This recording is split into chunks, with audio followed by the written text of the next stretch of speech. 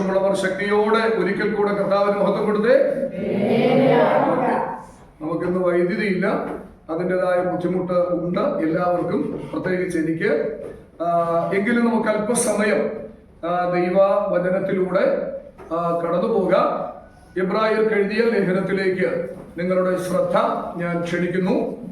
കഴിഞ്ഞ ഞായറാഴ്ച നാം ചിന്തിച്ച തിരുവെഴുത്തിനെ തുടർന്ന് ചില വസ്തുതകൾ കൂടെ ഒരുമിച്ച് ഇന്ന് പകൽക്കാലം ധ്യാനിക്കുവാൻ സർവേശ്വരൻ കൃപ നൽകട്ടെ. 11-ാം അധ്യായം 5-6 വാക്യങ്ങൾ വായിക്കാം. വിശ്വാസത്താൽ ഹാനോക്ക് മരണം കാണാതെ എടുക്കപ്പെട്ടു. ദൈവം അവനെ എടുത്തുകൊണ്ടതിനാൽ കാണാതെയായി. അവൻ ദൈവത്തെ പ്രസാദിപ്പിച്ചു എന്ന് അവൻ എടുക്കപ്പെടുന്നതിന് മുമ്പേ സാക്ഷ്യം പ്രാപിച്ചു. വളരെ അനുഗ്രഹിക്കപ്പെട്ട ഒരു ഭാഗമാണ് നമ്മൾ കഴിഞ്ഞ ഞായറാഴ്ച ചിന്തിച്ച് ആരംഭിക്കുവാൻ ഇടയായി. ഞാൻ അവസാനിപ്പിച്ചത് പഴയ നിയമത്തിൽ മരണം കാണാതെ എടുക്കപ്പെട്ട 2 ക്രിസ്തുഭക്തന്മാർ ഉണ്ടായിരുന്നു മുഴുവൻ വേദപുസ്തകത്തിൽ. അതിൽ ഒരാളിന്റെ പേരാണ് ഹാനോക്ക് എന്ന് പറയുന്നത്. ഹാനോക്ക് 365 സംവത്സരമാണ് ജീവിച്ചിരുന്നത്.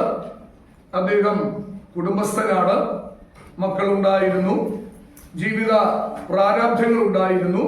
എങ്കിലും ഇത്തരത്തിലുള്ള സാഹചര്യത്തിന് നടുവിലും ദൈവത്തോട് നടക്കുന്നതിൽ ആ മനുഷ്യൻ എന്ത് ചെയ്തില്ല, വീഴ്ച വരുത്തിയില്ല എന്ന് നമുക്ക് ചിന്തിപ്പാനായിട്ട് സാധിച്ചു. രണ്ടാമത്തെ ഒരു മനുഷ്യനാണ് ഏലിയാവ് എന്ന് പറയുന്നത്. ഏലിയാവ് എന്ന് പറയുമ്പോൾ വളരെ കരുത്തനാണ്. പ്രത്യേകിച്ച് വേദപുസ്തകത്തിലെ പ്രവാചക ഗണങ്ങളിൽ നമ്മൾ നിരവധി പ്രവാചകന്മാരെ കാണുന്നുണ്ട്. എന്നാൽ ഈ പ്രവാചക ഗണങ്ങളിൽ വളരെ ശ്രേഷ്ഠൻ, അഗ്രഗണ്യൻ, ഏറ്റവും കരുത്തുറ്റ ശക്തനായ ഒരു പ്രവാചകനാണ്. അദ്ദേഹത്തിന്റെ കാലഘട്ടത്തിൽ നടന്ന സംഭവങ്ങൾ നമുക്കറിയാം. സ്തോത്രം. മഴ പെയ്യാതിരിക്കുവാനും പെയ്യേണ്ടതിനു വേണ്ടി പ്രാർത്ഥിച്ചു, സംഭവിച്ചു. ആഹാബിന്റെയും തന്റെ ഗൃഹത്തിന്റെയും പാപത്തെ നിശിതമായി വിമർശിച്ചു. ബാലിന്റെയും അശേരയുടെയും പ്രതിഷ്ഠകളെ വെട്ടിനുറുക്കി, ആകാശത്ത് നിന്ന് തീ ഇറക്കി. ഇങ്ങനെ വളരെ കരുത്തായ ഒരു ശുശ്രൂഷ നിർവഹിച്ച ഒരു ഭക്തനായിരുന്നു ആര്? ഏലിയാവ്. നമ്മൾ വായിക്കുന്നു, തന്റെ സഹശിഷ്യനായ എലിശയോട് കൂടെ യോർദാൻ തീരത്തുകൂടെ നടന്നു പോകുമ്പോൾ ദൈവാത്മാവ് ഇരുവരെയും അവൻ വേർതിരിക്കുന്നു. അഗ്നിരഥങ്ങൾ വരുന്നു. അവൻ ചുഴലിക്കാറ്റിനാൽ അദ്ദേഹം സ്വർഗത്തിലേക്ക് എടുത്തുകൊള്ളപ്പെടുന്നു. ഈ മനുഷ്യനെ കുറിച്ച് നമ്മൾ പഠിച്ചാൽ ഹാനോക്കിനെ പോലെ ഒരു കുടുംബസ്ഥൻ ആയിരുന്നില്ല, അവിവാഹിതനായ മനുഷ്യനായിരുന്നു ഏലിയാവ് എന്ന് വ്യക്തമാണ്.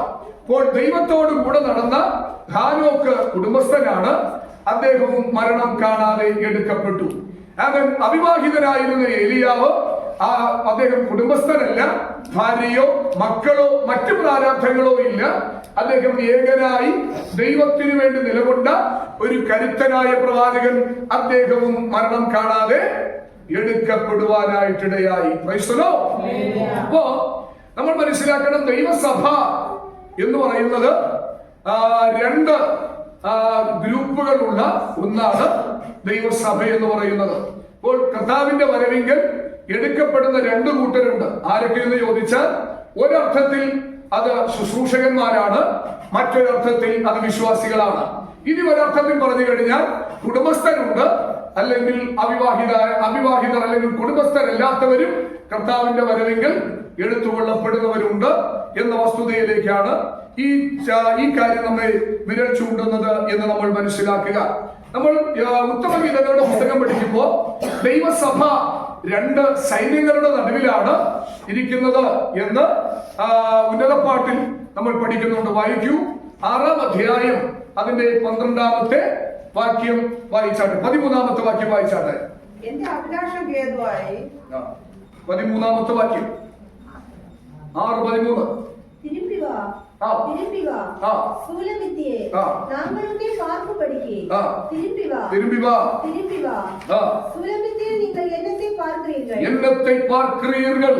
அவர் இரண்டு சேனையின் கூட்டத்திற்கு ஆ? இரண்டு சேனையின் கூட்டத்திற்கு சமமானவள். சமமானவள். മലയാളത്തിൽ മടങ്ങി വരിക, ആ. ശൂലേകാർത്തി മടങ്ങി വരിക, ആ. ഞങ്ങൾ നിന്നെ ഒന്ന് കണ്ടുകൊള്ളട്ടെ. ഞങ്ങൾ നിന്നെ ഒന്ന് കണ്ടുകൊള്ളട്ടെ. മടങ്ങി വരിക, മടങ്ങി വരിക, മടങ്ങി വരിക, മടങ്ങി വരിക. നിങ്ങൾ മഹനീമിലെ നൃത്തത്തെ പോലെ ആ. ശൂലേകാർത്തെ കാണാൻ ആഗ്രഹിക്കുന്ന എന്തിനു? ആ. പ്രഭുകുമാരി, ആ. ചെരുപ്പിട്ടിരിക്കുന്നതിന്റെ കാലെത്ര മനോഹരം. എത്ര മനോഹരം. ചില പരിഭാഷകൾ ഇങ്ങനെയാണ് എഴുതിയിരിക്കുന്നത്: രണ്ട് സൈന്യങ്ങളുടെ നടുവിൽ നൃത്തമാടുന്ന നടനമാടുന്ന ശൂലേകാരത്തിയെ കാണാൻ എന്ത് രസം എന്നാണ് എഴുതിയിരിക്കുന്നത്. വളരെ മനോഹരമായ ഒരു പരിഭാഷയാണ്. അപ്പോൾ ദൈവസഭ എന്ന് പറയുന്നത് രണ്ട് സൈന്യങ്ങളുടെ നടുവിലാണ് ദൈവസഭ നിൽക്കുന്നത്. അതൊന്ന് വിശ്വാസികൾ, മറ്റൊന്ന് ആരാണ്? ശുശ്രൂഷക വൃന്ദങ്ങൾ. ഇങ്ങനെ രണ്ട് സൈന്യത്തിന്റെ നടുവിലാണ് ദൈവസഭ നിൽക്കുന്നത്. അപ്പോൾ ഈ രണ്ട് കൂട്ടരും മണവാളന്റെ വരവിന് വേണ്ടി ഇസ്രായേൽ ജനത മഹാപുരോഹിതന് വേണ്ടി അലങ്കാര വസ്ത്രം ധരിച്ച മഹാപുരോഹിത ദിവസത്തിൽ, പാപപരിഹാര ദിവസത്തിൽ പാപപരിഹാരം നടത്തിയതിനു ശേഷം അതിപരിശുദ്ധ സ്ഥലത്ത് നിന്ന് പുറത്തിരിക്കുന്ന ജനത്തെ അനുഗ്രഹിക്കേണ്ടതിന്, പ്രാകാരത്തിലിരിക്കുന്ന ജനത്തെ അനുഗ്രഹിക്കേണ്ടതിന് അദ്ദേഹത്തിന് വേണ്ടി പ്രാകാരത്തിൽ കാത്തിരിക്കുന്നത് പോലെ ഇന്നും ദൈവസഭ മണവാളന്റെ വരവിന് വേണ്ടി ആകാംക്ഷയോടെ ഈ പ്രാകാരത്തിൽ, അല്ലെങ്കിൽ ലോകമാകുന്ന മരുഭൂമിയിൽ അവർ കാത്തിരിക്കുകയാണ്. Praise the Lord. ഒരു ദിവസം മണവാളൻ വരും. അവൻ കടന്നു വന്ന് അവിടെ നിന്ന് തന്റെ കാന്തിയെ ഇവിടെ നിന്ന് എന്ത് ചെയ്യും? എടുത്തുകൊണ്ട് പോകും എന്നുള്ള ഒരു ശുഭാപ്തി വിശ്വാസത്തോടെയാണ് ഇന്ന് പകൽക്കാലം നമ്മൾ ഓരോരുത്തരും ഇവിടെയായിരിക്കുന്നത്. Praise the Lord. അപ്പോ ഹാനോക്ക് എന്ന് പറയുന്ന ഈ ദൈവഭക്തനെ കുറിച്ച് നമ്മൾ പഠിക്കുമ്പോ നമ്മൾ വായിച്ചത് ആ മനുഷ്യൻ മരണം കാണാതെ എന്ത് ചെയ്തു? എടുക്കപ്പെട്ടു എന്നാണ് പഠിക്കുന്നത്. അപ്പോൾ ഈ മരണം കാണാതെ എടുക്കപ്പെടുവാനുള്ള ചില കാരണങ്ങൾ നമുക്കവിടെ തിരുവെഴുത്തുകളിലൂടെ പഠിക്കാൻ കഴിയുന്നുണ്ട്. ഒന്നുകൂടെ 5-ാമത്തെ വാക്യം ഒന്ന് വായിച്ചേ. വിശ്വാസത്താൽ ഹാനോക്ക് മരണം കാണാതെ എടുക്കപ്പെട്ടു. ദൈവം അവനെ എടുത്തുകൊണ്ടതിനാൽ കാണാതെയായി. അവൻ ദൈവത്തെ പ്രസാദിപ്പിച്ചു എന്ന് അവൻ എടുക്കപ്പെടുന്നതിന് മുമ്പേ സാക്ഷ്യം പ്രാപിച്ചു. ഇവിടെ ശ്രദ്ധിക്കേണ്ട ഒന്നാമത്തെ വിഷയം, വിശ്വാസത്താൽ ഹാനോക്ക് മരണം കാണാതെ എന്ത് ചെയ്തു? എടുക്കപ്പെട്ടു. ഒരു ഹല്ലേലൂയ പറയാമോ? ഓക്കേ. അപ്പോൾ ഒന്ന്, ഹാനോക്ക് എടുത്തുകൊള്ളപ്പെടുന്നതിന് ഉണ്ടായിരുന്ന ഒന്നാമത്തെ കാരണം അദ്ദേഹത്തിൽ ഒരു വലിയ വിശ്വാസം ഉണ്ടായിരുന്നു എന്നുള്ളതാണ്. വിശ്വാസം ആർക്കുണ്ടായിരുന്നു? ഹാനോക്കിൽ ഉണ്ടായിരുന്നു. അപ്പോൾ വിശ്വാസത്താൽ മരണം കാണാതെ എടുക്കപ്പെട്ടു എന്നാണ്. വിശ്വാസം ഓരോ അളവിലാണ് ഓരോരുത്തരിലും ഉണ്ടായിരിക്കുന്നത്. ഇവിടെ നമ്മൾ മനസ്സിലാക്കണം, വിശ്വാസം എന്നത് ആശിക്കുന്നതിന്റെ ഉറപ്പ്. അപ്പോൾ ഈ ഹാനോക്ക് ഒന്നിനു വേണ്ടി ആഗ്രഹിച്ചു. ആ ഒന്നിനു വേണ്ടി, അത് പ്രാപിക്കാൻ വേണ്ടി അദ്ദേഹം ദൈവത്തോടു കൂടെ എന്ത് ചെയ്തു? നടന്നു. ആ വിശ്വാസമാണ് താൻ ലക്ഷ്യം വെച്ച് ആ സ്ഥലത്ത് തന്നെ കൊണ്ടെത്തിക്കുവാനായിട്ട് ഇടയായി. ഒരു ദൈവ പൈതൽ എന്താണ് വിശ്വസിക്കേണ്ടത്? നമ്മള് 6-ാമത്തെ വാക്യം വായിക്കുമ്പോ ദൈവം ഉണ്ട് എന്നും വായിച്ചേ. ദൈവത്തിന്റെ അടുക്കൽ വരുന്നവൻ ദൈവമുണ്ട് എന്നും, ദൈവത്തിന്റെ അടുക്കൽ വരുന്നവൻ ദൈവമുണ്ട് എന്നും, തന്നെ അന്വേഷിക്കുന്നവർക്ക് പ്രതിഫലം കൊടുക്കുന്നു എന്നും വിശ്വസിക്കേണ്ടതല്ലയോ? അപ്പോൾ നമ്മൾ എന്താ വിശ്വസിക്കേണ്ടത്? ഒരു ദൈവമുണ്ടെന്ന് നമ്മൾ എന്ത് ചെയ്യണം? വിശ്വസിക്കണം. പലപ്പോഴും ആ ദൈവിക അവബോധം, ആ ദൈവിക സങ്കല്പം, ആ ദൈവിക ചിന്ത പോലും നമ്മുടെ മനസ്സിൽ നിന്ന് എന്ത് ചെയ്യുന്നു? പലപ്പോഴും മാറിപ്പോകുന്നു. ദൈവമുണ്ടോ? ചില വിഷയങ്ങളിൽ അല്ലെ, പ്രാർത്ഥിച്ചിട്ട്, ദൈവത്തോട് നിലവിളിച്ചിട്ട്, ദൈവം കണ്ണടച്ചോ, ദൈവമില്ലേ, ദൈവം ഉണ്ടായിരുന്നെങ്കിൽ ഇന്ന് സംഭവിക്കുമായിരുന്നോ എന്നൊക്കെ നമ്മൾ പലപ്പോഴും പറയാറുണ്ടല്ലേ. അപ്പോൾ ഒന്ന്, ദൈവം ഉണ്ട് എന്നുള്ള വിശ്വാസമാണ്. അത് സാഹചര്യങ്ങൾ അനുകൂലമാകാം, പ്രതികൂലമാകാം. യഹൂദ ബാലന്മാർ അവർ എന്താ ചെയ്തത്? ദൈവം വിടുവിച്ചാലും ഇല്ലെങ്കിലും ഇപ്പോൾ സാഹചര്യം ഏതുമാകട്ടെ, കഷ്ടമാകാം, നഷ്ടമാകാം, അപ്രതീക്ഷിതമായ തിരിച്ചടികളാകാം, വെല്ലുവിളികളോ നിന്ദകളോ അപമാനങ്ങളോ ആകാം. പക്ഷെങ്കിൽ എവിടെയും എക്കാലത്തും ഒരു ദൈവഭക്തൻ പറയണം, അവൻ എനിക്കായി കാത്തിരിക്കുന്ന, എന്നെ കരുതുന്ന, എന്നെ സഹായിപ്പാൻ ശക്തനായ ഒരു ദൈവം ഉണ്ട് എന്ന് ഒന്നാമതൊരു ദൈവത്തിന്റെ ഭക്തൻ വിശ്വസിപ്പാനിടയാകണം. Praise the Lord. ദൈവം ഉണ്ടെന്ന് വിശ്വസിക്കുക മാത്രമല്ല, രണ്ടാം ഭാഗത്തിൽ വായിച്ചത് അവന് പ്രതിഫലം കൊടുക്കുമെന്ന് എന്ത് ചെയ്യണം? വിശ്വസിക്കണം. പലപ്പോഴും നമ്മുടെ വിശ്വാസം, നമ്മളെല്ലാവരും വിശ്വാസത്തെ കുറിച്ച് പറയുന്നവരാണ്, വിശ്വാസം പ്രസംഗിക്കുന്നവരാണ്, വിശ്വാസത്താൽ അതൊക്കെ നടക്കുമെന്ന് നമ്മൾ ഓരോരുത്തരും പറയാറുണ്ട്. പക്ഷെങ്കിൽ ആ വിശ്വാസം നമ്മുടെ ലൈഫില് നമ്മൾ എന്ത് ചെയ്യാറില്ല? അപ്ലൈ ചെയ്യാറില്ല, പ്രായോഗികമാക്കാറില്ല. അപ്പോൾ നമ്മൾ ഈ 11-ാം അധ്യായത്തിൽ വരുമ്പോൾ പല സാഹചര്യങ്ങളിൽ, പല ഇടങ്ങളിൽ ആ വിശ്വാസത്തെ എന്ത് ചെയ്തിരിക്കുന്നു? ഉപയോഗിച്ചിരിക്കുന്നു. ആ വിശ്വാസം ആ മനുഷ്യനായ ആദാമിന്റെ സ്തോത്രം മകനായ ഹാബേല് അവൻ ദൈവത്തിന് കാണിക്കർപ്പിക്കുന്നതിന്, വഴിപാടർപ്പിക്കുന്നതിന് ആ വിശ്വാസത്തെ എന്ത് ചെയ്തു? അവൻ ഉപയോഗിച്ചു. വിശ്വാസത്താൽ ഹാനോക്ക് ഹാബേൽ കൈയിന്റേതിലും ഉത്തമമായ യാഗം കഴിച്ച് നീതിമാൻ എന്ന സാക്ഷ്യം ലഭിച്ചു.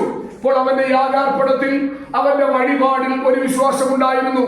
അബ്രഹാമിനെ നോക്കുക. അബ്രഹാമിന്റെ വിശ്വാസം എന്നത് മക്കളില്ലാതിരുന്ന അബ്രഹാമിന്റെ ഒരു വിശ്വാസം, എനിക്ക് നിർജീവമായ ശരീരമയമാണെങ്കിലും പ്രായം കഴിഞ്ഞു പോയെങ്കിലും മക്കളെ തരും എന്നുള്ള ഒരു വിശ്വാസം അവൻ മക്കളെ നൽകുവാനായിട്ട് അപ്ലൈ ചെയ്യുകയാണ്. മറ്റൊരു ഭക്തനെ കാണുവാൻ കഴിയുന്നു നോഹ. ആ കാലഘട്ടത്തിൽ തനിക്കായും തന്റെ കുടുംബത്തിന്റെ രക്ഷയ്ക്കായും ഒരു പെട്ടകത്തെ ആ മനുഷ്യൻ വിശ്വാസത്താൽ നിർമ്മിച്ചു. കാരണം ആ മനുഷ്യൻ മനസ്സിലാക്കി, ലോകത്തിൽ ഒരു ന്യായവിധി വരാൻ പോവുകയാണ്. ആ ന്യായവിധിയിൽ നിന്ന് തന്റെ കുടുംബത്തിനെങ്കിലും രക്ഷയുണ്ടാകണം. അത് വിശ്വാസത്താൽ അവൻ ഒരു പെട്ടകത്തെ പണിതു. Praise the Lord.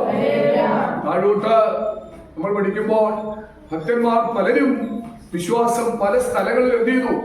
അവൻ ചിലർ വിശ്വാസത്താൽ തീയുടെ ബലത്തെ കെടുത്തി, ചിലർ സിംഹങ്ങളുടെ വായടച്ചു, ചിലർ രാജ്യങ്ങളെ പിടിച്ചടക്കി, ചിലർ നീതി നടത്തി, ചിലർ ചമ്മട്ടിയും ഉപദ്രവവും ഒക്കെ ഏറ്റു, ചിലർ നല്ലൊരു പുനരുദ്ധാരത്തിനായി കാത്തിരുന്നു എന്നാണ് വായിക്കുന്നത്. അപ്പോൾ വിശ്വാസം ഈ മേഖലകളിലെല്ലാം നമുക്ക് എന്ത് ചെയ്യാൻ കഴിയും? ഉപയോഗിക്കാനായി കഴിയും. പക്ഷെ നമ്മൾ വിശ്വാസം എപ്പോഴാണ് ഉപയോഗിക്കുന്നത്? നമ്മൾ വിശ്വസിക്കുന്നത് എപ്പോഴാണ്? നമുക്കൊരു 2 ലക്ഷം രൂപ കടം, അല്ലേ? 2 ലക്ഷം രൂപ കടം വന്നു. ഈ കടം വരുമ്പോ നമ്മുടെ വിശ്വാസം എന്ത് ചെയ്യും? കർത്താവേ, സഹായിക്കാൻ ആരുമില്ല, എന്ത് ചെയ്യണം? എന്നെ സഹായിക്കണം. അപ്പൊ നമുക്കൊരു ആവശ്യം വരുമ്പോഴാണ് നമ്മൾ ആ വിശ്വാസത്തെ എന്ത് ചെയ്യുന്നത്? ഉപയോഗിക്കാൻ വരുന്നത്. പിന്നെ ഇന്ന് നമ്മുടെ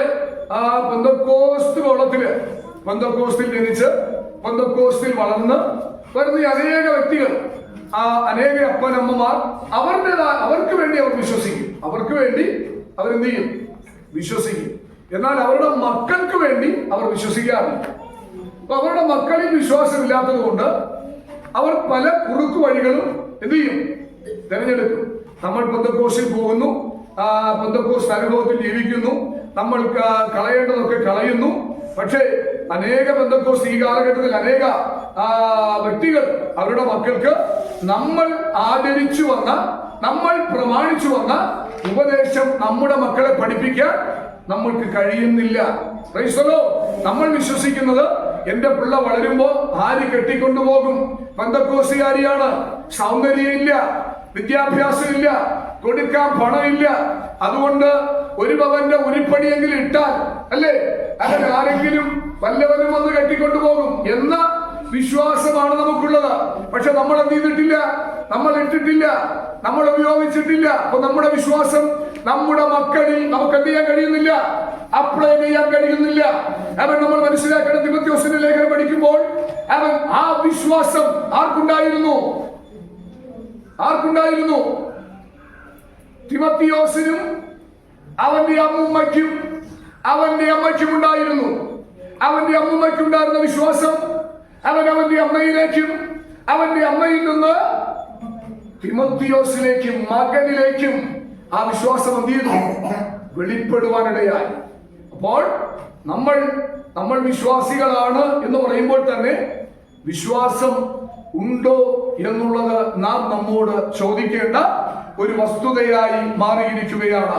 പ്രിയമുള്ളവരെ, വിശ്വാസവിഹീനത സംഭവിച്ചുകൊണ്ടിരിക്കുന്ന ഒരു കാലഘട്ടത്തിലാണ് നമ്മൾ വന്നെത്തിയിരിക്കുന്നത്. വായിച്ചേ 1 തിമോത്തിയോസ് 1:5 വേഗത്തിൽ വായിച്ചേ. ആ വിശ്വാസം ആദ്യം നിന്റെ വലിയമ്മ ലോവീസിലും അമ്മ യൂനിക്കയിലും ഉണ്ടായിരുന്നു. നിന്നിലും ഉണ്ടെന്ന് ഞാൻ ഉറച്ചിരിക്കുന്നു. നിന്നിലും ഉണ്ടെന്ന് ഞാൻ ഉറച്ചിരിക്കുന്നു. അപ്പോ അമ്മമ്മേ വ്യാപരിച്ചൊരു വിശ്വാസമാണ് മകനായ തിമോത്തിയോസിലേക്ക് കൈമാറ്റം ചെയ്യപ്പെടുവാനിടയെ. നമ്മുടെ മക്കൾക്ക് നമ്മൾ വിശ്വാസത്തെ കുറിച്ച് എന്ത് ചെയ്യണം?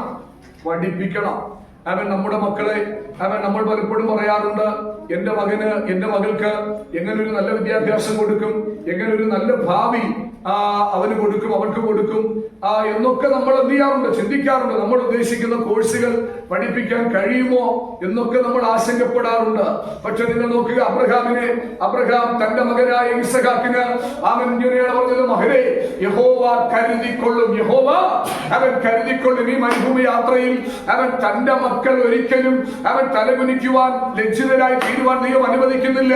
അതുകൊണ്ട് നമ്മുടെ തലമുറകളെ വിശ്വാസത്തിന്റെ പാഠങ്ങൾ നമ്മൾ കുറച്ചെങ്കിലും അഭ്യസിപ്പിക്കണം.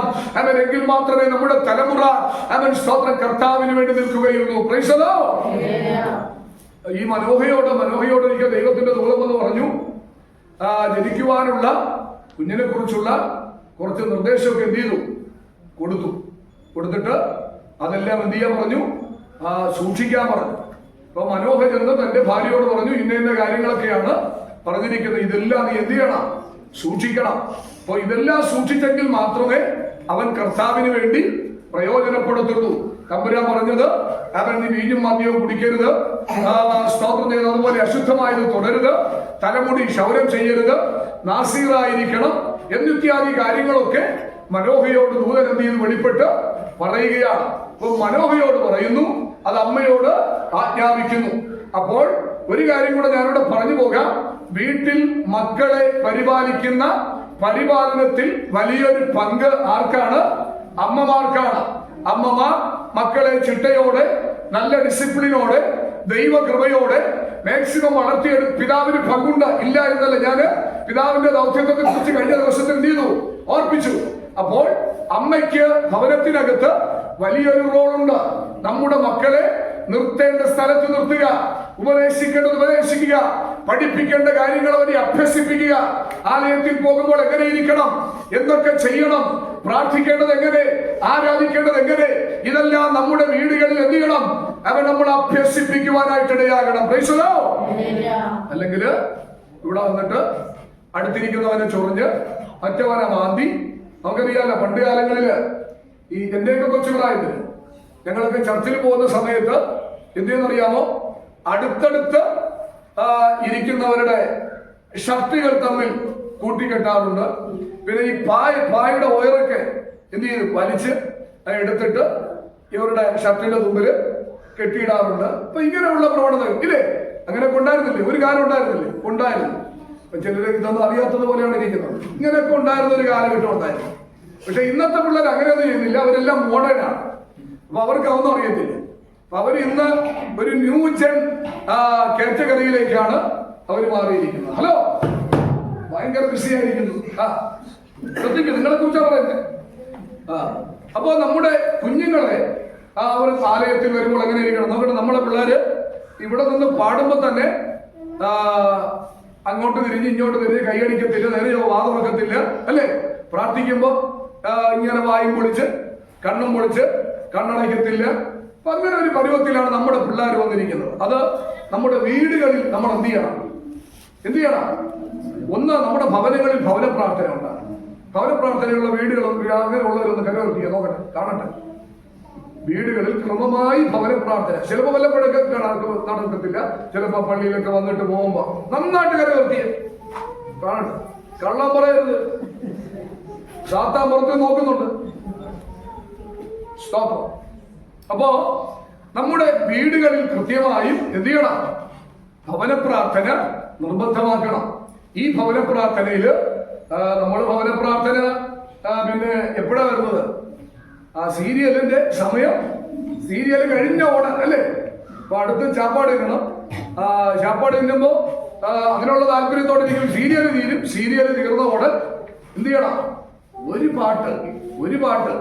പിന്നെ ഏറ്റവും ചെറിയ ഒരു സങ്കീർത്തനം, അത് 117 ആണെങ്കിൽ ഏറ്റവും നല്ലത്. 2 വാക്യമല്ലേ ഉള്ളൂ അല്ലേ? പിന്നെ ആരെങ്കിലും ഒരാള് കാച്ചിക്കുറുക്കി ചെറുതായിട്ട് വളരെ ഷോർട്ടായിട്ട് പ്രാർത്ഥിക്കുന്ന ഒരാള് പ്രാർത്ഥിച്ചിട്ട് ക്ലോസ് ചെയ്യും അല്ലേ?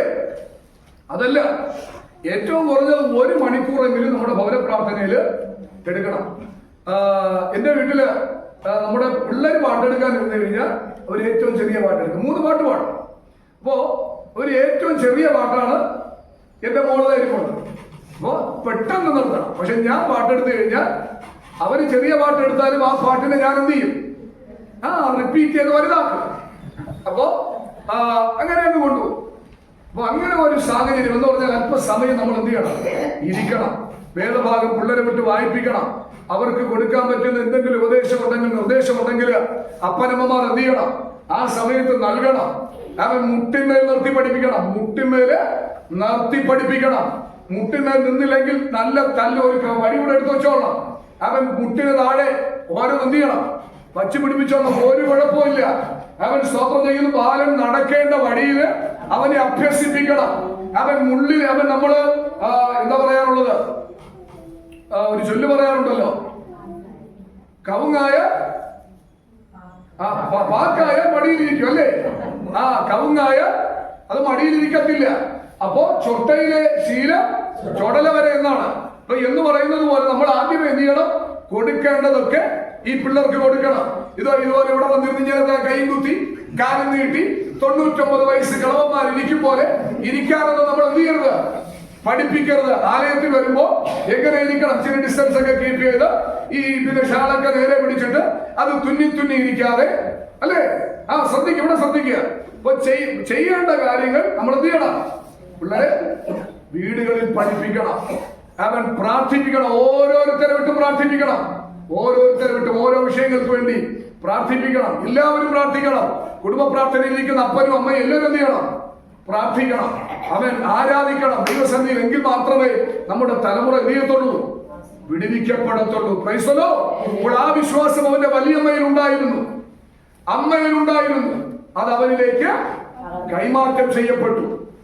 മറ്റേ നമ്മുടെ രാജാക്കന്മാരുടെ പുസ്തകത്തില് ഒരമ്മയെ കുറിച്ച് പഠിക്കുന്നുണ്ടല്ലോ. ഒരു പ്രവാചകന്റെ ഭാര്യ മക്കളെ പിടിക്കാൻ വന്നപ്പോ എന്ത് ചെയ്തു? ഈ അമ്മ എന്തായത്? കടക്കാരൻ പിടിച്ചുകൊണ്ട് പോകാൻ വന്നപ്പോ ഈ അമ്മ എന്തായത്? കുറച്ച് പറഞ്ഞേ, അയ്യോ ഇവര് രാവിലെ കാപ്പി കുടിച്ചിട്ടാണ് പലതും വന്നിരിക്കുന്നത്. ഈവനില്ല. സ്തോത്രം. ഈ അമ്മ ഈ പിള്ളേരെ പിടിച്ച് എവിടെ കൊണ്ടുപോയി? പ്രവാചകൻ. ഈ അമ്മ നേരെ പിള്ളേരെ പിടിച്ച് മുറിക്കകത്ത് കൊണ്ടുപോയി അല്ലേ? മുറിക്കകത്ത് കൊണ്ടിട്ട് പൂട്ടി. അങ്ങനെയല്ലേ വായിക്കുന്നത്? മുറിക്കകത്ത് കയറി കഥകടച്ചു എന്നാണ് വായിക്കുന്നത്. അപ്പോ നമ്മുടെ തലമുറകളെ ശത്രു എന്ത് ചെയ്യുന്നുണ്ട്? അവൻ ദൃഷ്ടി വയ്ക്കുന്നുണ്ട്. അവൻ അവകാശം പറയുന്നുണ്ട്. അവനെ തകർക്കണം. വാഗ്ദത്തമുള്ള സന്തതികളെ തകർക്കുക എന്നത് ശത്രുവിന്റെ കുബുദ്ധിയാണ്, കൗശലമാണ്. അപ്പോൾ നമ്മുടെ മക്കൾക്കുള്ള ദൈവത്തിന്റെ തിട്ടങ്ങൾ വലുതാണ്. അവർ പഠിക്കണം, ഉന്നതരാകണം, സമൂഹത്തിൽ പ്രബലരാകണം. സഭയുടെ നാളത്തെ ദിനങ്ങളിൽ അവർ ഈ ദൈവസഭയെ കെട്ടി ഉയർത്തണം. ദേശത്തിന്റെ നാമൻ ശക്തമായ പോരാളികളാകണം. ഈ ലോകത്തെ കീഴ്മേൽ മറിക്കണം. ഒരു പുതിയ ചരിത്രം ഈ തലമുറ സൃഷ്ടിക്കണം. ഇത് ദൈവത്തിന്റെ പദ്ധതിയാ. നമ്മൾ പറയും ബുദ്ധിയില്ല, ജ്ഞാനമില്ല, അറിവില്ല, കഴിവില്ല, അവൻ ഒന്നുമില്ല എന്ന് പറഞ്ഞ് നമ്മൾ ഈ പിള്ളേർ എന്ത് ചെയ്യുക? മണ്ടന്മാരും മണ്ടികളും ആക്കിക്കൊണ്ടിരിക്കുകയാണ്. അവൻ അതുകൊണ്ട് പിശാച് നമ്മുടെ തലമുറകളുടെ മേൽ ദൃഷ്ടി വച്ചിട്ടുണ്ട് എന്നത് വ്യക്തമായി തിരിച്ചറിഞ്ഞ് അവൻ പുറത്തു നിന്ന് തലമുറകൾക്ക് വേണ്ടി വാദിക്കുമ്പോ ആ അമ്മ അന്ന് ചെയ്തത് അവൻ പിള്ളേരെ അവന്റെ കൈക്ക് വിട്ടുകൊടുത്തില്ല, അവന്റെ ഇഷ്ടത്തിന് വിട്ടുകൊടുത്തില്ല, ആ പിള്ളേരുടെ തോന്നിയാസത്തിന് ഇറങ്ങിപ്പോകാൻ അനുവദിച്ചില്ല. ആ അമ്മ പിടിച്ച് മുറിക്കകത്തിട്ട് കൂട്ടാനിടയായി. എന്നിട്ട് എന്തായത്? അവിടെ മുട്ടിന്മേൽ നിന്നു പ്രാർത്ഥിപ്പാൻ തുടങ്ങി. അവൻ ജീവിതത്തിന്റെ അവസ്ഥകളില് പ്രിയമുള്ളവരെ, നമ്മുടെ തലമുറകളെ അവൻ ശത്രുവായവൻ തെറ്റിവെക്കുന്നു എന്ന് തോന്നിക്കഴിഞ്ഞാൽ ആ തലമുറകൾക്ക് വേണ്ടി കരയണം, ആ തലമുറകൾക്ക് വേണ്ടി ഇടിവിൽ നിൽക്കണം, ആ തലമുറകൾക്ക് വേണ്ടി മുട്ടിന്റെ ദൈവപാദപീഠത്തില് അവൻ നിൽക്കുവാനായി നമുക്ക് കഴിയണം. അപ്പോ ഇവിടെ നമ്മൾ ശ്രദ്ധിക്കുക, അവൻ വിശ്വാസം അവൻ തിമോത്തിയോസിലേക്ക് എന്ത് ചെയ്യപ്പെടുന്നു? കൈമാറ്റം ചെയ്യപ്പെടുന്നു. അപ്പോൾ ഒന്ന്, ഹാനോക്ക് മരണം കാണാതെ എടുക്കപ്പെടാനുണ്ടായ ഒരു പ്രധാന കാരണം എന്ന് പറയുന്നത് അദ്ദേഹത്തിനുള്ള വിശ്വാസമാണ്. ഈ മരണമില്ലായ്മ എന്നത് വിജയകരമായ ജീവിതത്തെയാണ് കാണിക്കുന്നത്. വിജയകരമായ ജീവിതത്തെയാണ് കാണിക്കുന്നത്. ഒരിക്കലും നമ്മുടെ ക്രിസ്തീയ ജീവിതത്തിൽ നമ്മൾ പരാജയം ശത്രുവിന്റെ മുൻപിൽ ഏറ്റുവാങ്ങുവാൻ പാടുള്ളതല്ല. അവൻ ക്രിസ്തീയ ജീവിതത്തിൽ ശത്രുവിനെതിരെ ശക്തമായി ആത്മശക്തി കൊണ്ട് അവനെ ചവിട്ടി വലിച്ച് ജയിച്ച് മുന്നേറുന്നവരാകണം. അതാണ് ക്രിസ്തീയ ജീവിതം എന്ന് പറയുന്നത്. അവൻ ഒരു വശത്ത് നിന്ന് നമുക്കെതിരെ വെല്ലുവിളിക്കും, അവന്റെ കുതന്ത്രങ്ങൾ അവൻ നമുക്കെതിരായി അഴിച്ചുവിടും, അവന്റെ പദ്ധതികൾ നമുക്കെതിരായി ആവിഷ്കരിക്കും, അവൻ ചുറ്റിലും പാളയമിറങ്ങും. പക്ഷെങ്കില് അവനെ ചവിട്ടി മതിച്ച് മുന്നേറുവാൻ ദൈവസഭയ്ക്ക് കഴിയണം, കുടുംബങ്ങൾക്ക് കഴിയണം. ഹാനോക്കിനെ നോക്കൂ, ഹാനോക്ക് വിശ്വാസത്താൽ ജീവിച്ചു. വിശ്വാസം തന്റെ ലൈഫില് ഉണ്ടായിരുന്നു. രണ്ട്, നമ്മൾ വായിക്കുന്ന വാക്യം ഒന്നുകൂടെ വായിച്ച സിസ്റ്റർ. വിശ്വാസത്താൽ ഹാനോക്ക് മരണം കാണാതെ എടുക്കപ്പെട്ടു, ദൈവം അവനെ എടുത്തുകൊണ്ടതിനെ കാണാതെയായി, അവൻ ദൈവത്തെ പ്രസാദിപ്പിച്ചു എന്ന് അവൻ എടുക്കപ്പെടുന്നതിന് മുമ്പേ സാക്ഷ്യം പ്രാപിച്ചു. സാക്ഷ്യം പ്രാപിച്ചു. എടുത്തുകൊള്ളപ്പെടുന്നതിന് മുമ്പ് അവൻ എന്ത് പ്രാപിച്ചു? സാക്ഷ്യം പ്രാപിച്ചു. അത് രണ്ടാമത്തെ കാര്യമാണ്. ഒന്ന്, വിശ്വാസം ഉണ്ടായിരുന്നു. രണ്ട്, ഹാനോക്ക് നല്ലൊരു സാക്ഷ്യം ആരിൽ നിന്ന് പ്രാപിച്ചത്?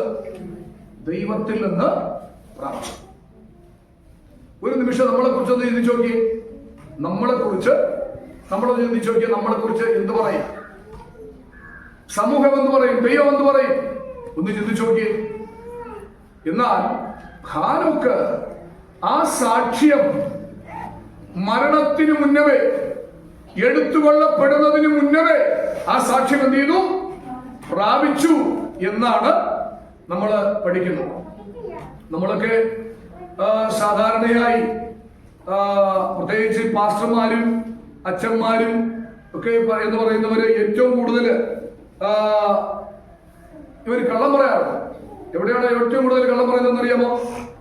മരണ വീട്ടിലും കല്യാണ വീട്ടിലും. മരണ വീട്ടിലും കല്യാണ വീട്ടിലും. നേരെ ചൊവ്വ പള്ളിയിൽ വരത്തില്ല, കല്യാണ വീട്ടില് അന്നത്തെ കല്യാണ ദിവസത്തില് എഴുന്നേറ്റെന്ന് പറയും, ഈ സഹോദരൻ അല്ലെങ്കിൽ ഈ കുഞ്ഞ്, ഈ യുവതി, അവള് വളരെ സജീവമായി ആലയത്തിൽ പങ്കാളിയാണ്, എല്ലാ സംരംഭങ്ങളിലും പങ്കെടുക്കും, ആരാധനകൾ മുടക്കത്തില്ല എന്നൊക്കെ പറഞ്ഞുള്ള നുണകള്, കല്ലുവെച്ച നുണകളൊക്കെ പറയാറുണ്ട് അല്ലേ? ഏറ്റവും കൂടുതൽ, ഞാൻ കൂടുതലും പറയാൻ പോകത്തില്ല. സ്തോത്രം. പ്രത്യേകിച്ച് മരണ വീടുകളില് എവിടെ സമയം കിട്ടിയാലും ഞാൻ അവരെ കുറിച്ചൊന്നും പറയില്ല, കാരണം എനിക്കറിയില്ല. അതുകൊണ്ട് ഞാൻ പറയാൻ പോകത്തില്ല. വേറെ ദൈവവചനത്തിൽ നിന്ന് വല്ലതും ഉണ്ടെങ്കിൽ പറഞ്ഞിട്ട് വന്നിരിക്കാറാണ് സർവ്വസാധാരണ. അതിപ്പോ നമ്മൾ നടത്തുന്ന സഭയിലെ വിശ്വാസികളായാലും കൂടുതൽ കാര്യമൊന്നും ഞാൻ പറയാൻ പോകത്തില്ല. അത്യാവശ്യം അറിയാവുന്ന ഒന്ന് രണ്ട് കാര്യങ്ങൾ പറയും. പിന്നെ നമ്മൾ ആ ചാപ്റ്റർ എന്ത് ചെയ്യും? ക്ലോസ് ചെയ്യും. അപ്പൊ നമുക്കറിയില്ല ഇവരുടെയൊക്കെ ജീവിതത്തിന്റെ പോക്കുകൾ എങ്ങോട്ടെന്ന്. നമ്മൾ പുറമേ കാണുന്നല്ലേ, നമ്മൾ ഓരോരുത്തരെയും പുറമെയാണ് വിലയിരുത്തുന്നത്. അവരുടെ ലൈഫിന്റെ, അവരുടെ അകത്തളം നമുക്ക് എന്ത് ചെയ്യത്തില്ല, അറിയത്തില്ല. അവരുടെ രഹസ്യ ജീവിതം അറിയത്തില്ല. അവർക്ക് മറ്റുള്ളവരോടുള്ള ഇടപാടുകൾ എങ്ങനെ നമുക്കറിയത്തില്ല. നമ്മള് എന്തെങ്കിലുമൊക്കെ ഓരോരുത്തർ പറയുന്നത് കേട്ടും ഒക്കെ ഉള്ള ചെറിയ ചെറിയ അറിവുകൾ മാത്രമേ നമുക്ക് കാണത്തുള്ളൂ. അതുകൊണ്ട് നമ്മള് അങ്ങനെ ഒരു മരണ വീട്ടിലുള്ള സാക്ഷിയല്ല നമുക്ക് വേണ്ടത്, അല്ലേ? അല്ലെങ്കിൽ കല്യാണത്തിന് കിട്ടുന്ന സാക്ഷിയല്ല നമുക്ക് വേണ്ടത്. അല്ലെങ്കിൽ ആഴ്ചതോറും കർത്താവ് എന്റെ ഒരു വാരം വീഴാതെ കാത്തു എന്ന സാക്ഷ്യമല്ല നമുക്ക് വേണ്ടത്. ചിലരൊക്കെ പറയാറുണ്ട്, എനിക്ക് സാക്ഷ്യം പറയാൻ അവസരം തന്നാൽ ഇന്നും നാളെയും പറഞ്ഞാലും എന്ത് ചെയ്യത്തില്ല, തീരത്തില്ല. നമ്മുടെ ആൾക്കാർ പറയാറുണ്ട്. പക്ഷെ ഇവരൊക്കെ പിടിച്ച് മുമ്പോട്ട് വിടണം. ശരി, ഇന്ന് എനിക്ക് സമയം വേണ്ട, നീ പറഞ്ഞോ എന്ന് പറഞ്ഞ് സമയം കൊടുത്ത് വിട്ടാ ഇവർ എത്ര നേരം പറയും? എത്ര നേരം പറയും? ചുമ്മാ വന്ന് നുണയടിക്കും. ഞാൻ ഒരാഴ്ച പറഞ്ഞാലും തീരത്തില്ല, 2 ദിവസം പറഞ്ഞാലും തീരത്തില്ല എന്നുള്ള വലിയ വാദങ്ങളൊക്കെ പറയും. പക്ഷെ നമ്മൾ മനസ്സിലാക്കണം, നമുക്ക് ഒറ്റ സാക്ഷ്യവും ഇവിടെ ഇരിക്കുന്ന എനിക്കും നിങ്ങൾക്കും ഒറ്റ സാക്ഷ്യമേ ഉള്ളൂ. നമുക്ക് വലുതായിട്ടൊന്നും പറയാനില്ല. ആ സാക്ഷ്യത്തിന് ഒരു വിലയുണ്ട്. ആ സാക്ഷ്യത്തിന്റെ വില എന്തെന്ന് ചോദിച്ചാൽ കാൽവറിയിൽ കർത്താവ് ചിന്തിയ രക്തമാണ്. ആ രക്തത്തിന്റെ വിലയാണ് നമ്മുടെ ഓരോരുത്തരുടെയും സാക്ഷ്യം. ഇവിടെ ഹാനോക്ക് ആ സാക്ഷ്യം പ്രാപിച്ചു. വിശ്വാസത്താൽ മരണം കാണുന്നതിന് മുന്നമേ ആ സാക്ഷ്യം എന്ത് ചെയ്തു? ഹാനോക്ക് പ്രാപിക്കുവാനിടയായി. അപ്പോൾ നമ്മൾ യോഹന്നാന്റെ ലേഖനത്തിലേക്ക് വരുമ്പോ പ്രത്യേകിച്ച് 2 തലങ്ങളിൽ നിന്ന് നമ്മൾ ആ സാക്ഷ്യം പ്രാപിക്കണം. 5-ാം അധ്യായം അതിന് 8-ാമത്തെ 7-8 വാക്യങ്ങൾ ഒന്ന് വായിച്ചേ. യോഹന്നാന്റെ 1-ാമത്തെ ലേഖനം 5-ാം അധ്യായം 7-8 വാക്യങ്ങൾ. பரலோகத்திலே சாட்சி இடுகிறவர்கள் மூவர், பிதா, வார்த்தை, பரிசுத்தாவி என்பவர்களே. இம்மூவரும் ஒன்றாய் இருக்கிறார்கள். பூலோகத்திலே சாட்சி இடுகிறவர்கள் 3, ஆவி, ஜலம், രക്തം என்பவைகளே. ഓക്കെ. അപ്പോൾ ഇവിടെ നിങ്ങൾ ശ്രദ്ധിക്കുക, 2 തലത്തിലുള്ള സാക്ഷ്യങ്ങൾ. ഒന്ന് എവിടെയുള്ള സാക്ഷ്യം? പരലോകത്തിലുള്ള സാക്ഷ്യം, സ്വർഗത്തിലുള്ള സാക്ഷ്യം. സ്വർഗത്തിൽ സാക്ഷി പറയുന്ന എത്ര പേരാണ്? 3 പേരാണ്. ആരൊക്കെ? പിതാവ്, വാർത്തൈ അഥവാ ക്രിസ്തു, പരിശുദ്ധാവി. ഇപ്പോൾ സ്വർഗത്തിൽ നിന്ന് നമ്മെ കുറിച്ച് സാക്ഷ്യം പറയുന്നവർ ഇവർ 3. പിതാവായ ദൈവം തന്റെ പുത്രനായ ക്രിസ്തുവിനെ കുറിച്ച് ഒരു സാക്ഷ്യം പറഞ്ഞു. എന്താണ് ആ സാക്ഷ്യം? ഇവൻ എന്റെ പ്രിയപുത്രൻ, ഇവനിൽ ഞാൻ പ്രസാദിച്ചിരിക്കുന്നു. വളരെ ഫാന്റാസ്റ്റിക് ആയ ഒരു സാക്ഷ്യമാണ് പിതാവായ ദൈവം തന്റെ പുത്രനായ ക്രിസ്തുവിനെ കുറിച്ച് ലോകത്തിന് സാക്ഷ്യപ്പെടുത്തുവാനിടയായത്. ഇന്ന് പകൽക്കാലം ആ പിതാവ് എന്നെയും നിങ്ങളെയും നോക്കുമ്പോൾ ഏത് തരത്തിലുള്ള സാക്ഷ്യമാണ് പറയുന്നത്? Praise the Lord. 2 വചനം. വചനം എന്ന് പറയുമ്പോൾ അത് ക്രിസ്തുവാണ്. അപ്പോൾ നിങ്ങൾക്ക് അല്പമേ ശക്തിയുള്ളൂ, എങ്കിലും എന്റെ വചനത്തെ കാത്തു എന്ന് ക്രിസ്തു സാക്ഷ്യം പറയണം. അവൻ അല്പമേ ശക്തിയുള്ളൂ എങ്കിലും ഈ വചനത്തിന് വേണ്ടി നിലനിൽക്കുവാൻ, ഈ കൃപയ്ക്ക് വേണ്ടി നിലനിൽക്കുവാൻ അവൻ പോരാടി, അവൻ പ്രവർത്തിച്ചു, അവൻ അതിനായി ഉദ്യമിച്ചു എന്നുള്ള സാക്ഷ്യം അവൻ സ്വർഗത്തിൽ നിന്ന് നമുക്കുണ്ടാകണം. ഈ സാക്ഷ്യം ആര് പ്രാപിച്ചു? ഹാനോക്ക് പ്രാപിച്ചു. 3 നമ്മളോട് വായിക്കുന്നുണ്ടാണ് പരിശുദ്ധാത്മാവ്, അല്ലേ? ആത്മാവ്, പരിശുദ്ധാത്മാവിനാലുള്ള സാക്ഷ്യം. പരിശുദ്ധാത്മാവിനെ കുറിച്ച് നമ്മൾ എന്ത് ചെയ്യാൻ പാടില്ല? വ്യാജം പറയാൻ പാടില്ല. പരിശുദ്ധാത്മാവിന് വിരോധമായുള്ള പാപം ദൈവം ചെയ്യത്തില്ല, ക്ഷമിക്കത്തില്ല. മറ്റു ഏത് പാപങ്ങളും ക്ഷമിക്കും, എന്നാൽ പരിശുദ്ധാത്മാവിന് വിരോധമായ പാപം ക്ഷമിക്കത്തില്ല. കാരണം വീണ്ടെടുപ്പ് നാളിനായി മുദ്രയിടപ്പെട്ടിരിക്കുന്നത് ഈ പരിശുദ്ധാത്മാവിനാലാണ്. അതുകൊണ്ട് ഈ പരിശുദ്ധാത്മാവ് നമ്മെ കുറിച്ച് നല്ല സാക്ഷ്യം പറയണം എന്നതാണ് സർവശക്തനായ ദൈവം ആഗ്രഹിക്കുന്ന. ഹാനോക്ക് പിതാവായ ദൈവത്തിൽ നിന്ന്, വചനമായ ക്രിസ്തുവിൽ നിന്ന്, പരിശുദ്ധാത്മാവിൽ നിന്ന് എടുത്തുകൊള്ളപ്പെടുന്നതിന് മുന്നമേ തന്നെ ആ സാക്ഷ്യം പ്രാപിക്കുവാനായിട്ടിടയായി. 2 ഭൂമിയിലെ സാക്ഷികൾ എന്തൊക്കെയാണെന്നോട് വായിച്ചേ. ആവി, ജലം, രക്തം. ഞാൻ ഓർപ്പിച്ചിട്ടുണ്ട് എന്നാണ് എനിക്ക് തോന്നുന്നത്. 1 ആത്മാവ്. ആത്മാവ് എന്ന് പറയുന്നത് എന്താണ്? ആത്മാവ് എന്ന് പറയുന്നത് എന്താണ്? നമ്മുടെ മനസാക്ഷിയാണ്. നമ്മുടെ മനസാക്ഷി ഭൂമിയിലുള്ള സാക്ഷ്യമാണ്. ഇത് സ്വർഗത്തിലുള്ളത് വേറെ, ഭൂമിയിലുള്ള സാക്ഷ്യങ്ങൾ വേറെ. ഇപ്പോ ആത്മാവ് എന്ന് പറയുമ്പോൾ അത് നമ്മുടെ മനസാക്ഷി എന്ത് ചെയ്യുന്നു? കാണിക്കും. അപ്പോൾ നമ്മുടെ മനസാക്ഷി നമ്മെ കുറ്റം വിധിക്കുന്നില്ല എങ്കിൽ നമുക്ക് എന്തുണ്ട്? പ്രാഗൽഭ്യമുണ്ട്. യോഹന്നാന്റെ ലേഖനത്തിൽ അതാണ് വ്യക്തമാക്കുന്നത്. അപ്പോൾ ദൈവം അവൻ സ്തോത്രം ചെയ്യുന്നു. 5-ാം അധ്യായത്തില് ആ കാര്യം വ്യക്തമാക്കുന്നുണ്ട്. അപ്പോൾ നമ്മുടെ മനസാക്ഷി എന്ത് ചെയ്യാൻ പാടില്ല? കുറ്റം വിധിക്കാനായി പാടില്ല. അവൻ ചില സന്ദർഭങ്ങളിലൊക്കെ, ചില സാഹചര്യങ്ങളില് നമ്മുടെ ഹാർട്ട് ബീറ്റ് എന്ത് ചെയ്യാറുണ്ട്? കൂടാറുണ്ട്, അല്ലേ? ചില സാഹചര്യങ്ങളിൽ. അപ്പോൾ അങ്ങനെ ഹാർട്ട് ബീറ്റ് കൂടുമ്പോ നമ്മൾ എന്ത് ചെയ്യണം? ദൈവത്തോട് അടുത്ത് ചെല്ലണം. കർത്താവിനോട് ഏറ്റുപറയണം. കർത്താവേ, തെറ്റിപ്പോയി. കർത്താവേ, ജീവിതത്തിൽ പരാജയം സംഭവിച്ചു പോയി. ഒരിക്കൽ കൂടെ എന്നെ താങ്ങണം, എന്നോട് കരുണ കാണിക്കണം, എന്നെ പിടിച്ചെഴുന്നേൽപ്പിക്കണം എന്ന് ദൈവത്തിന്റെ സന്നിധിയിൽ വീണാൽ കർത്താവ് നമ്മെ അവിടെ എഴുന്നേൽപ്പിക്കാനിടയായി തീരും. നമ്മുടെ മനസാക്ഷി എന്ത് ചെയ്യണം? നമ്മെ കുറിച്ച് നല്ല സാക്ഷ്യം പറയണം. മനസാക്ഷി നമുക്ക് എതിരായി എന്ത് ചെയ്യരുത്? ആക്ഷേപം ഉന്നയിക്കരുത്. ദൈവമനുഷ്യനായ ദാവീദ് ആ ഗുഹയിൽ പാർക്കുമ്പോൾ ശൗലിന്റെ തുണിയുടെ അഗ്രം വെട്ടിയെടുത്തപ്പോൾ തന്നെ തന്റെ മനസാക്ഷിക്ക് എന്ത് ചെയ്തു? കുത്തേറ്റു. എന്ന് പറഞ്ഞാൽ ഒരു അഭിഷേകന്റെ വസ്ത്രമാണ് എന്ത് ചെയ്തത്? അദ്ദേഹം വെട്ടിയത്. ഒരു വസ്ത്രത്തിന്റെ വിളിമ്പ് വെട്ടിയപ്പോ തന്നെ കൊല്ലാൻ വന്ന അവൻ ശൗലിന്റെ ഒരുപക്ഷെ വേണമെങ്കിൽ ദാവീദിനെ നിഗ്രഹിക്കാമായിരുന്നു, കൊല്ലാമായിരുന്നു, കൊന്നില്ല. പക്ഷെ ആ വസ്ത്രത്തിന്റെ അഗ്രവരെ അല്പം വെട്ടിയപ്പോൾ തന്നെ ഈ മനുഷ്യന്റെ ഹൃദയം കുത്തുകൊള്ളുവാനിടയായി. ആ അനുഭവം നമ്മുടെ ജീവിതത്തിൽ ഉണ്ടാകണം. നമ്മള് യോഹന്നാന്റെ സുവിശേഷത്തിൽ വായിക്കുന്നുണ്ടല്ലോ, ആ വേശ്യാവൃത്തിയാൽ പിടിക്കപ്പെട്ട സ്ത്രീ യേശുവിന്റെ മുൻപിൽ പ്രമാണപ്രകാരം, മോശയുടെ പ്രമാണപ്രകാരം അവൾ എന്ത് ചെയ്യണം? കല്ലെറിഞ്ഞ് കൊല്ലപ്പെടേണ്ടവളാണ്. അതാണ് പ്രമാണം. ആ പ്രമാണം മാറ്റിക്കൂടാ. യേശുവിന്റെ അടുക്കൽ ഒന്ന് ചോദിക്കുന്നു, എന്താ ചെയ്യേണ്ടത്? തമ്പുരാൻ പറഞ്ഞത്, നിങ്ങളിൽ പാപമില്ലാത്തവൻ ആദ്യം കല്ലെറിയട്ടെ. ഇന്ന് നമ്മൾ നമ്മുടെ കയ്യില് വലിയ വലിയ സാധനങ്ങൾ വച്ചിട്ട് നമ്മൾ മറ്റുള്ളവരെ വിമർശിക്കുന്നവരാണ്, അല്ലേ? പരിശുദ്ധാത്മാവ് ആഗ്രഹിക്കുന്നില്ല. അവൻ സ്തോത്രം യേശു പറഞ്ഞത്, നിങ്ങളിൽ പാപമില്ലാത്തവൻ കല്ലെറിയട്ടെ എന്ന് പറഞ്ഞപ്പോൾ അവൻ സ്തോത്രം മൂത്തവർ തുടങ്ങി ഇളയവർ വരെ മനസ്സാക്ഷിയുടെ ആക്ഷേപം ഹേതുവായി കൊണ്ടുവന്ന കല്ലുകളെ ഉയരെറിഞ്ഞിട്ട് അവർ പോകുവാനായിട്ടിടയായി. മനസ്സാക്ഷി എന്ന് പറയുന്ന ഒരു സംഭവമുണ്ട്. യേശുവിനെ അറിയാത്ത ഇന്ന് നമുക്കറിയാം, നമ്മുടെ ഈ ലോകം എന്ന് പറയുന്നത് വളരെ വളരെ ബൃഹത്താണ്. അനേക ഇടങ്ങളിൽ സുവിശേഷം എത്തിയിട്ടില്ല. അനേക യേശുവിനെ അറിഞ്ഞിട്ടില്ല. ഈ സത്യസുവിശേഷം എന്താണെന്ന് അറിയത്തില്ല.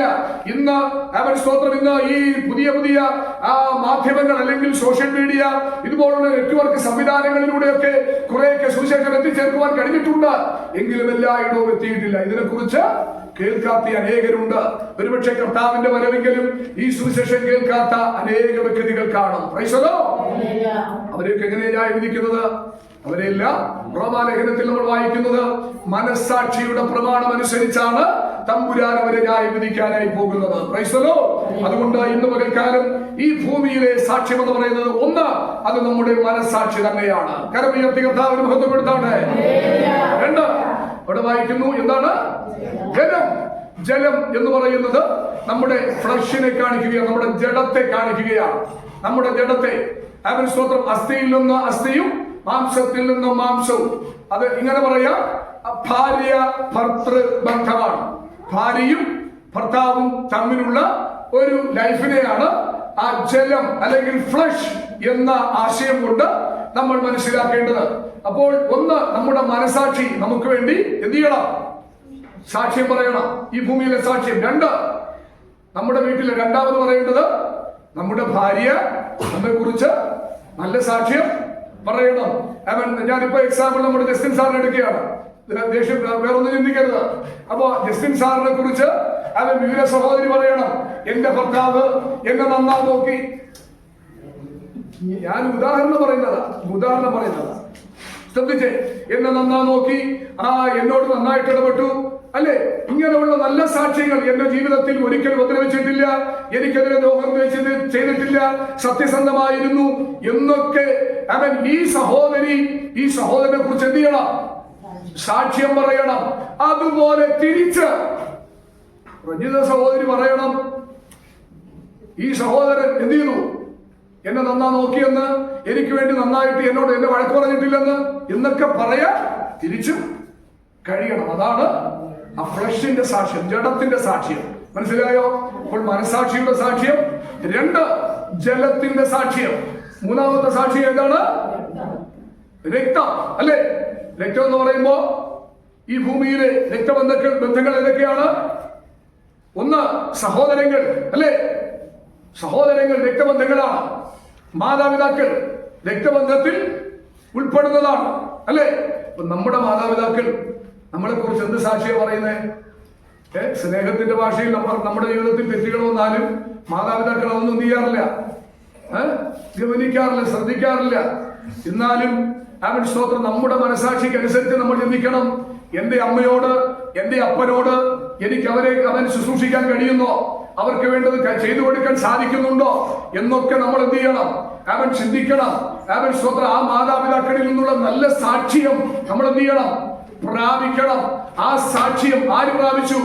ഹാനോക്ക് പ്രാപിച്ചു. കുടുംബസ്ഥനാണ്, മക്കളുണ്ട്, ഭാര്യയുണ്ട്, പ്രാരാബ്ധങ്ങളുണ്ട്, ദാസന്മാരുണ്ട്. ഇതെല്ലാം ഉണ്ടായിട്ടും ഹാനോക്ക് ഈ സാക്ഷ്യം അവരിൽ നിന്നും പ്രാപിക്കുവാനായിട്ടിടയായി. Praise the Lord. നമ്മുടെ സഹോദരങ്ങൾ നമ്മെ കുറിച്ച് എന്ത് ചെയ്യണം? സാക്ഷ്യം പറയണം. അവൻ നമ്മളെ കുറിച്ച് നമ്മൾ പറയും. ഇപ്പൊ നമ്മുടെ വീട്ടിൽ തന്നെ ഒരു 10 സെന്റ് വസ്തു ഉണ്ട്, അല്ലെങ്കിൽ 1 ഏക്കർ വസ്തു ഉണ്ട്.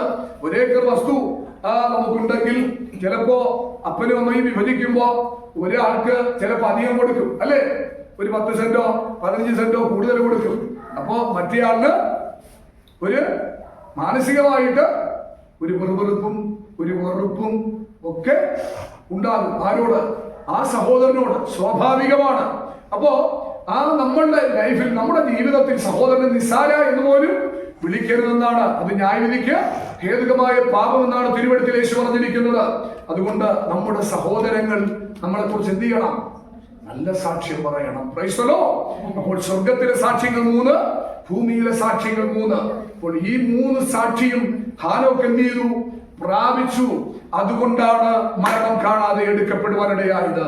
മൂന്നാമത് ഒരു കാര്യം കൂടെ പറഞ്ഞ് അവസാനിപ്പിക്കുന്നു, വിശദീകരിക്കുന്നില്ല. അവൻ ദൈവത്തിന് പ്രിയനായവനായിരുന്നു. ചില പരിഭാഷകളിൽ അവൻ ദൈവത്തെ പ്രസാദിപ്പിച്ചു എന്നാണ് എഴുതിയിരിക്കുന്നത്. അപ്പോൾ 1, അവനിൽ വിശ്വാസമുണ്ടായിരുന്നു. 2, അവൻ സാക്ഷ്യം പ്രാപിച്ചു. 3, അവൻ ദൈവത്തെ പ്രസാദിപ്പിച്ചു, അല്ലെങ്കിൽ ദൈവത്തിന് പ്രിയനായവനായിരുന്നു. അതുകൊണ്ട് ഹാനോക്ക് മരണം കാണാതെ എടുക്കപ്പെടുവാനിടയായി. പ്രിയമുള്ളവരെ, പഴയ നിയമകാലഘട്ടത്തില് 2 ഭക്തന്മാരാണ് മരണം കാണാതെ എടുക്കപ്പെട്ടത്. അവൻ പുതിയ നിയമത്തിൽ അങ്ങനെ ഒന്നും സംഭവിച്ചിട്ടില്ല ഇതുവരെ. എന്നാൽ അവൻ സ്തോത്രം ചെയ്യുന്നു, പുതിയ നിയമത്തിന്റെ അന്ത്യത്തിൽ അവൻ ലോകത്തിലുള്ള ആയിരക്കണക്കിന് കോടിക്കണക്കിന് ജനങ്ങൾ മരണം കാണാതെ എടുക്കപ്പെടുവാൻ പോകുകയാണ്. ആ ദിവസം അതിവിദൂരമല്ല കേട്ടോ. ആ നല്ല ദിവസത്തിന് വേണ്ടി ഇന്ന് പകൽക്കാലം നമ്മൾ ഒരുക്കണം. വിശ്വാസമുള്ളവരായി, സാക്ഷ്യമുള്ളവരായി, ദൈവത്തിന് പ്രിയരായി ജീവിപ്പാൻ പരിശുദ്ധാത്മാവ് സഹായിക്കട്ടെ. ഹാനോക്കിനെ പോലെ നടക്കാം, ഹാനോക്കിനെ പോലെ മുന്നേറാം, വാഗ്ദത്തം പ്രാപിക്കാം, നിത്യത കരസ്ഥമാക്കാം. എല്ലാ കണ്ണുകൾ മടയട്ടെ, മുടങ്കാലുകൾ മടങ്ങട്ടെ. ദൈവസന്നിധിയിൽ നമുക്ക് പ്രാർത്ഥിക്കാമല്ലോ.